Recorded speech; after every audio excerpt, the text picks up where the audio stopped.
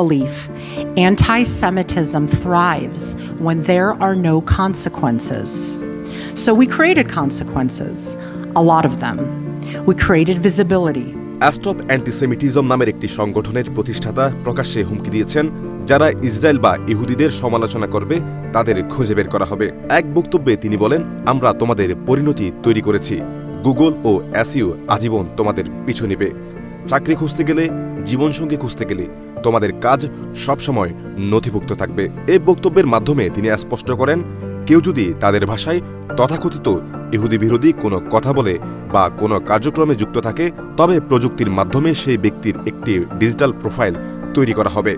বিশ্লেষকদের মতে এর অর্থ ভবিষ্যতে চাকরি, সামাজিক গ্রহণযোগ্যতা কিংবা ব্যক্তিগত জীবনের নানা ক্ষেত্রে এই ব্যক্তিকে পরোক্ষভাবে বাঁধার মুখে পড়তে হতে পারে। That thanks to Google and SEO will follow you for the rest of your life.